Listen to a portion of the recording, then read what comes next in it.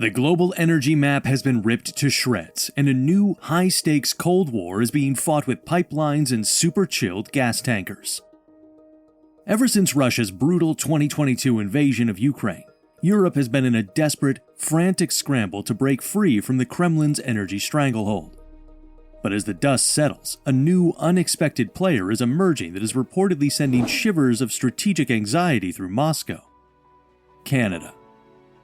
Why on earth would Russia, a globe-spanning energy titan, be rattled by Canada's distant gas fields? You won't believe it, but the answer lies in a toxic cocktail of geopolitical fear, economic desperation, and the symbolic power of a new democratic energy giant entering the fray. This isn't just about business competition. It's about a fundamental threat to Russia's ability to wield energy as a weapon. How is Europe's desperate dash for energy independence creating this opening? And can Canada, a nation plagued by its own internal hurdles, truly become the democratic arsenal that dethrones Russia as Europe's gas king?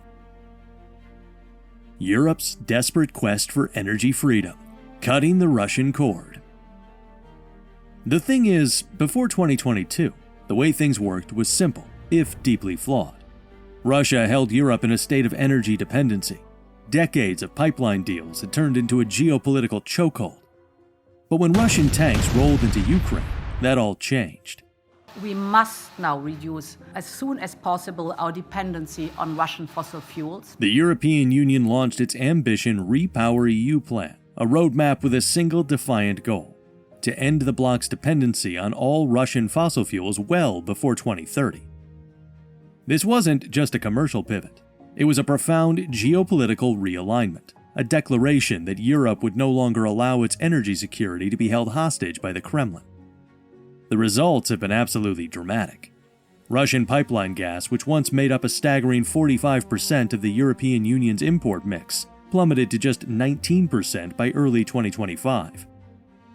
To fill this colossal void, Europe turned to the global liquefied natural gas, or LNG, market, triggering a surge in imports. In the first quarter of 2025 alone, LNG imports into the EU reportedly jumped by over 20% year-on-year, or more than 9 billion cubic meters, as a cold winter and lower renewable output forced countries to burn more gas. But here's the crazy part, the truth nobody expected. Even as Europe was weaning itself off Russian pipeline gas, it was getting hooked on Russian LNG.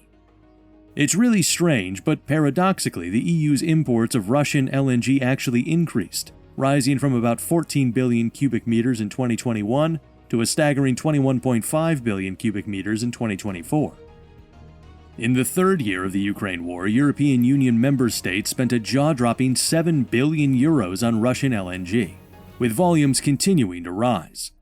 By the end of 2024, the price they were paying was nearly 4 times higher than in early 2021.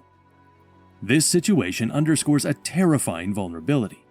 The shift away from cheaper pipeline gas has exposed Europe to the volatile, higher-priced global LNG market, creating a potential affordability crisis that could test political unity.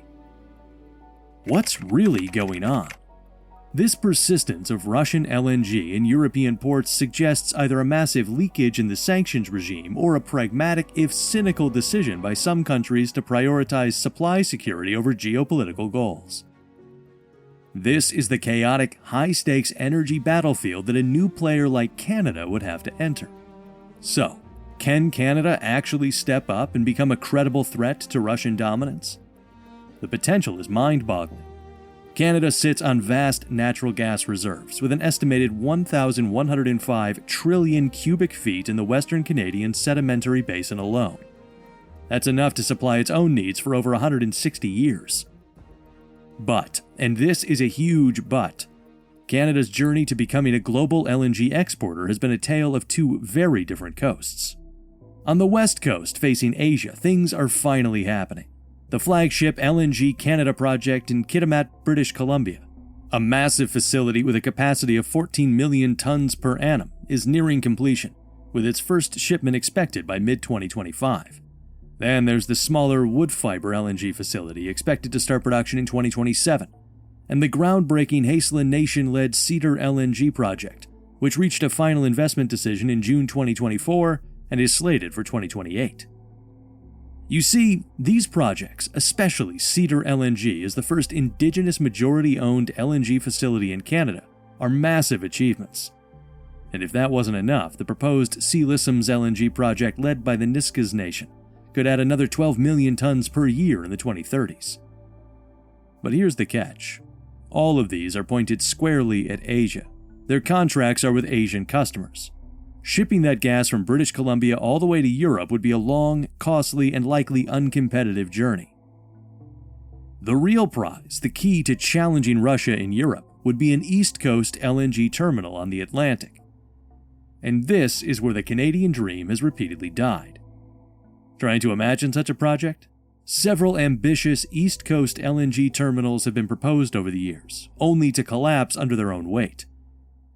The GNE&x Quebec Energy Saguenay project, an 11 million tons per annum facility, was brutally rejected by both provincial and federal governments in 2021 and 2022 over environmental concerns and its staggering potential cost, estimated to exceed $33 billion. Similarly, Puriday Energy's Goldboro LNG project in Nova Scotia was officially shelved in 2021 because it simply couldn't secure the necessary funding.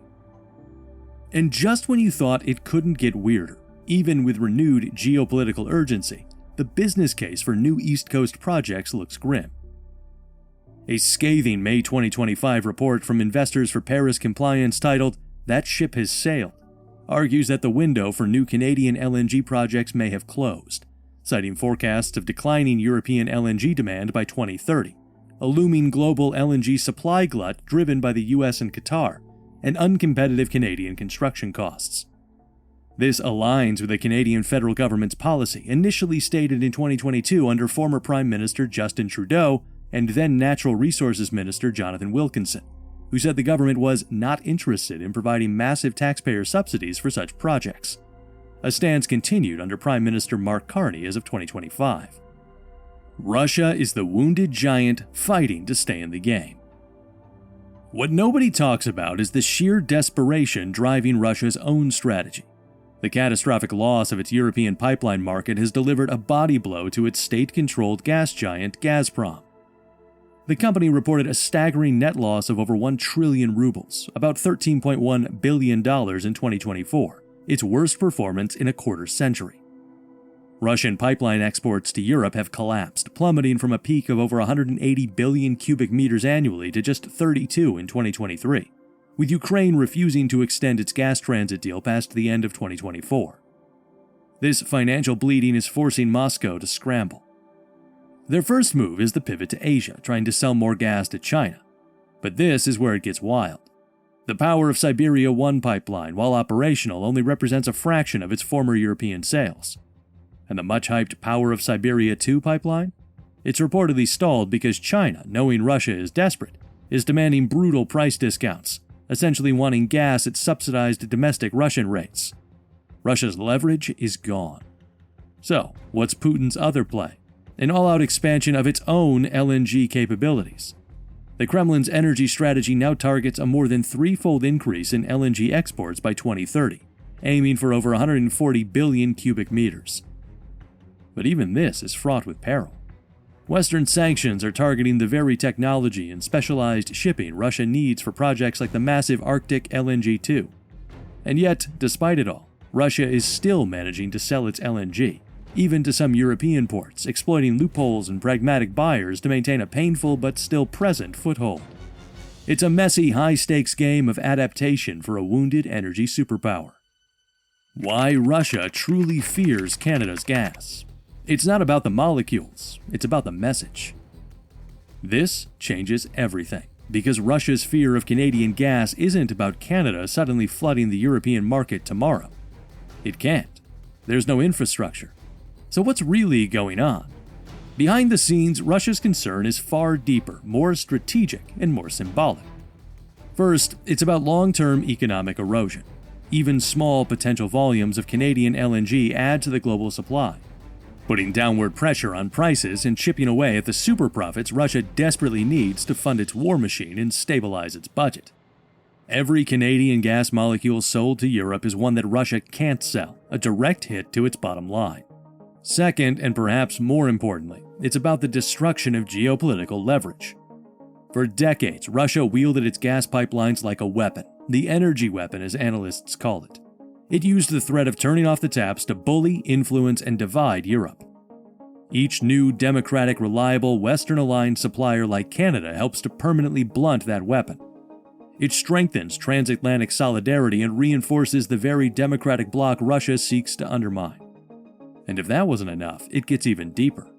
The symbolic impact is devastating for Moscow. Canada represents a stable, democratic, rule-of-law-based energy partner.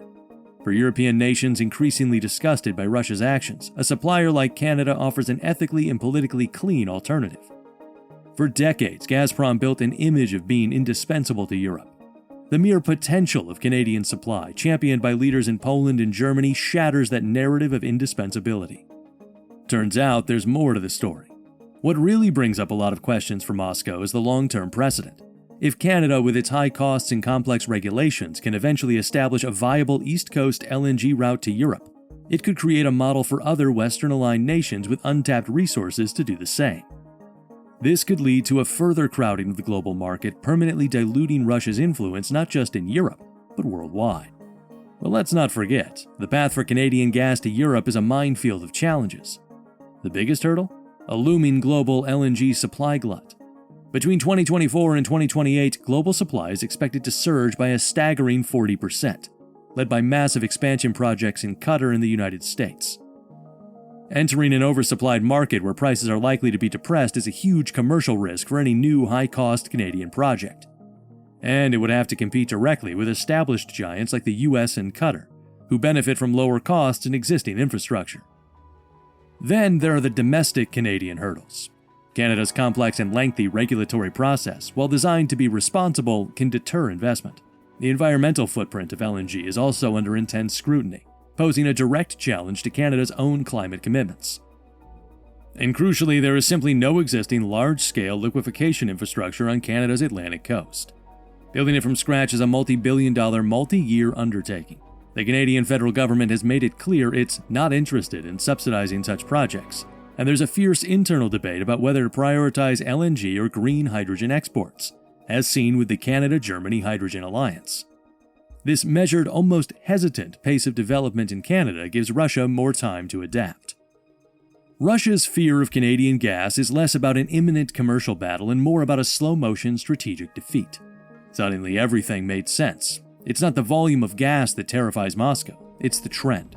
It's the sight of Europe successfully, relentlessly diversifying its energy supplies towards stable, democratic partners. It's the symbolic power of another Western nation bolstering European energy resilience, further marginalizing Russia on the world stage. And it's the cumulative erosion of its most potent geopolitical weapon, energy blackmail. While the path for Canadian LNG to Europe remains incredibly challenging, the very possibility, the ongoing discussion, serves as a powerful geopolitical signal.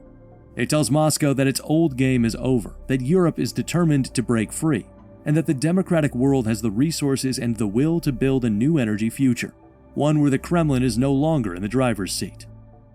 Russia's iron grip on European energy is shattered, and the Kremlin is watching nervously as a new democratic energy power, Canada, enters the game.